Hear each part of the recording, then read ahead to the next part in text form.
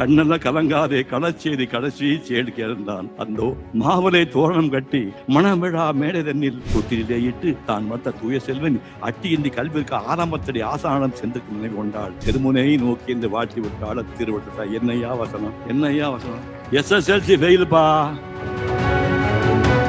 முந்திரி திராட்சை முழுசா இருக்கு. ஆச்சி பாயாசம் மிக்ஸ், ஒன்று வாங்கினால் ஒன்று இலவசம். காவிரி தந்த தமிழகத்து புது மணலில் களம் அமைத்து சேர சோழ பாண்டி மன்னர் கோபுரத்து கலசத்தில் யார்குடிதான் பறப்பது என்று இன்று போல் போதொடுத்துக் கொண்டிருந்த காலம் அது. அந்நாளில் ஓர் களத்தில் தாய் நாடு காக்க தாவி பாய்ந்து செத்தா தந்தை என்ற செய்தி கேட்டு தணல் வீழ் மெழுகானாள் தமிழகத்துக்கு இடியொருத்தி. அனல் போலும் கண்டுடனே அயல் புனல் போக்கும் விழியாலே அவள் போர் செய்தி தந்திட்டாள். தந்தை களம்பட்ட செய்திக்கோ தவித்தாய் என்றான். இல்லை என்பான். முல்லை சூழ் இந்நாட்டு படையில் ஓர் வீரர் உழைந்திட்டால் நல்ல உலகில் ஒரு கிழி செல்வந்து போலன்றோ, இனி தடையின்றி நுழைவரே பகைவர் எண்ணினேன், அடைபட்ட கண்ணீர் அணையுடைத்தது அத்தான் என்றாள். அவன் புகை விட்டு கிளம்பும் புலி என்ன புகை விட்டு கும்புறும் எரி மலை என்ன பகை வெட்டி சாய்க்கும் வாடெடுத்தான் சூடுரைத்தான் சுடர்முகம் தூக்கினான். சுக்கு 100 தான் சூழ்ந்து வரும் பகை என்றான். நாடு மீட்காமல் விடு திரும்பேன் என்றான். நங்கையோ நகை முழக்கம் செய்து நடந்தது கண்ணே என்றாள். திரும்பி வருவேனோ இல்லையோ, எதற்கும் இப்போது ஒரு முத்தம் இன்றா திரும்பி என்றான். கொடுத்தான். பின் தொடுத்தான் பகைவர் மீது பானம். போர் போர் போர் என முழங்கிட்டு முரசொலி, பார் பார் பார் என்ற பைகளின் உரிமையாளன் பகைவர் மீது பாய்ந்து கொள்ளும் வீரம்பார் என்று பட்டாளத்தை தொடரெல்லாம் வேந்துரைத்தார்.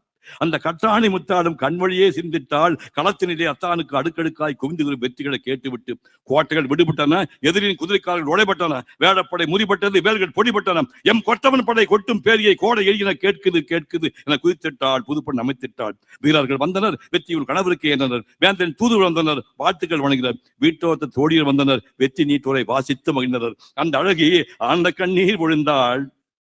அப்போது ஏனெந்த மந்தன் வந்தானோ இடவு செய்தி சொல்வது. என்னமே பெண்பாவாய் கண்ணெல்லாம் கலங்காதே களச்செய்தி கடைசி சேடு கேழ்ந்தான். அந்தோ மாவலை தோரணம் கட்டி மணவிழா மேடை தண்ணில் வாழ்விலே ஒன்றானோம் என்று சொன்ன கண்ணாள் மாவிலே வேல் சாங்கி நல்ல சாவலே விழுந்து விட்டார். ஆவிதான் போன பொண்ணும் உயிர் வாடும் ஆரணங்கு அச்செடுத்த தமிழ் பதுமை கூவி அழுதாள். கொத்தான மலை எது குடும்பம் அதை கொத்தாமல் கொத்திவிட்ட கொடும்சாவை பழித்தாள், இழித்துரைத்தாள். இது என்ன மிச்சம் கனி அழுகி போனதென்றும் கதறி எழுதாள். பனிவெல்லும் விழிகாட்டி பனவெல்ல மொழியுரைத்து பள்ளியரை கவிபாடும் நாளெல்லாம் மண்தானோ, இனி இது தூங்கான கண்தானோ என அழுதாள். அத்தான் என் பிணம் கிடக்கும் களம் நோக்கி தொழுதாள்.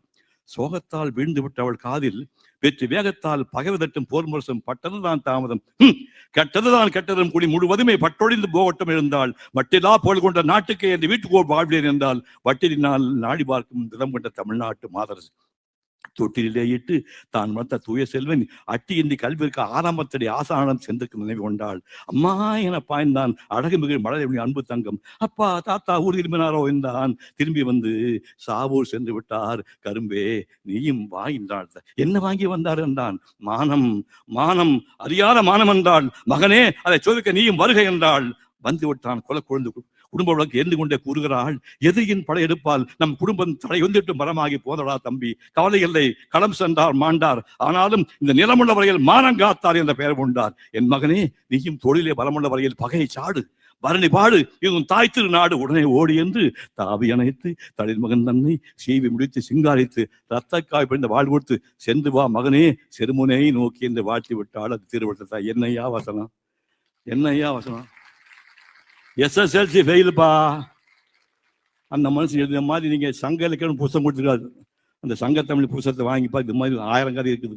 அந்த இலக்கிய கர்த்தாவுக்கு மகனாக பிறந்து இது ஒரு மேடையிலே இருக்கின்ற அவருடைய வாரிசு இந்த திறம்பட ஆட்சி செய்து காலை உணவு திட்டம், புதுமை பெண் திட்டம், நான் முதல்வன் திட்டம், தமிழ் புதல்வன் திட்டம், வீடு தேடி மருத்துவம் என்று எண்ணற்ற திட்டங்களை நிறைவேற்றி இன்று நம் மக்களுடைய மனதில் நீண்டார் ஏற்படுத்தியிருக்கின்றார்.